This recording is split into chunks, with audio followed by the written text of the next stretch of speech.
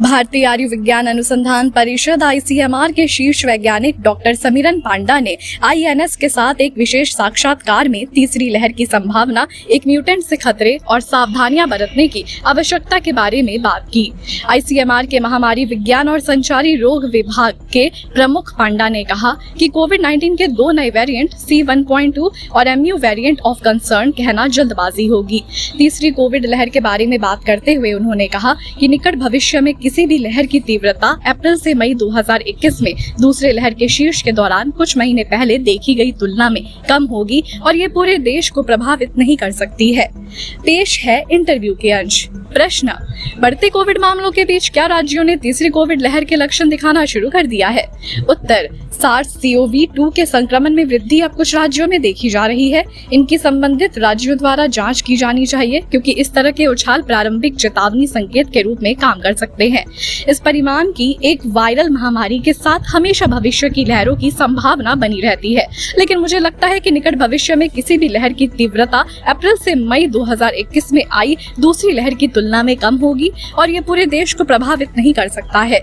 यदि रोग सूचक मामलों में वृद्धि होती है तो ये स्वास्थ्य सेवा प्रणाली पर बोझ डाल सकता है। इसलिए अंतिम लहर के संबंध में भविष्य की लहर की संभावना का अध्ययन करना महत्वपूर्ण है। भारत में दूसरी लहर ने दिल्ली, महाराष्ट्र और कुछ अन्य राज्यों को बुरी तरह प्रभावित किया। दूसरी लहर के दौरान दर्ज किए गए संक्रमणों में से 80% लगभग 10 राज्यों से आए, लेकिन कुछ राज्य ऐसे भी थे जो उस समय किसी भी हद तक प्रभावित नहीं हुए, जो उनकी आबादी को अगली वायरल लहर के दौरान संक्रमित करने के लिए अधिक संवेदनशील बनाता है। लेकिन इस बार इन जिलों या राज्यों में टीकाकरण का अच्छा कवरेज गंभीर बीमारी को रोक सकता है। हमें ये भी याद रखना चाहिए कि इन राज्यों में टीकाकरण ने भी गति पकड़ी है। एक और बात जो ध्यान देने योग्य है वो ये है कि एक राज्य के भीतर ऐसे जिले हो सकते हैं जो संक्रमण के विभिन्न प्रसार और तीव्रता का अनुभव कर रहे हों। इसलिए स्थानीय डेटा का विश्लेषण राज्य स्तर पर और यहाँ तक कि जिला स्तर पर करना चाहिए। प्रश्न: क्या दक्षिण अफ्रीका और अन्य देशों में पाए गए कोविड संस्करण C.1.2 से भारत को कोई खतरा है? उत्तर: भारत में जीनोमिक निगरानी पहल का नाम INSACOG है, जो ICMR सहित देश भर में 30 प्रयोगशालाओं का एक संघ है, जो किसी भी नए वेरिएंट पर नजर रखता है जो संभवतः मामलों में वृद्धि का कारण बन सकता है। ये प्रयोगशालाएं अंतर्राष्ट्रीय स्तर पर रिपोर्ट की गई चिंताओं के नए रूपों को भी ट्रैक करती है। प्रश्न: क्या हाल ही में खोजा गया MU वेरिएंट प्रतिरक्षा से बचा सकता है? उत्तर: जहां तक 2 नए वेरिएंट C.1.2 और MU का संबंध है, उन्हें चिंता का एक वेरिएंट कहना जल्दबाजी होगी। हमें सामुदायिक स्तर के संक्रमणों पर नजर रखने की जरूरत है, ताकि किसी भी तरह के क्लस्टरिंग या अस्पताल में भर्ती मामलों में बीमारी की गंभीरता या SARS-CoV-2 संक्रमण के कारण किसी क्षेत्र से मौतों की बढ़ती रिपोर्टिंग के संकेत मिले। ये सभी अवलोकन चिंता की घटनाओं को इंगित करते हैं, जिसमें महामारी विज्ञान जांच के साथ साथ जीनोमिक निगरानी की आवश्यकता होती है।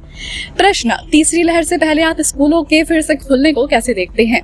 उत्तर: चौथे राष्ट्रीय सीरोलॉजिकल सर्वेक्षण ने स्पष्ट रूप से दिखाया है कि लगभग 55% बच्चों का पर्याप्त अनुपात पहले ही इस बीमारी और विकसित एंटीबॉडी के संपर्क में आ चुका है। इसके अलावा हमने देखा कि बच्चों के संक्रमण की संभावनाएं कम होती हैं।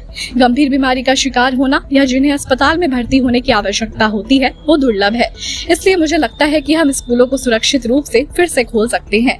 यदि माता पिता टीकाकरण करवाते हैं और विद्यालयों के शिक्षक टीकाकरण करवाते हैं, विद्यालय के अन्य सहायक कर्मचारी टीकाकरण करवाते हैं, तो बच्चे सुरक्षित रहेंगे।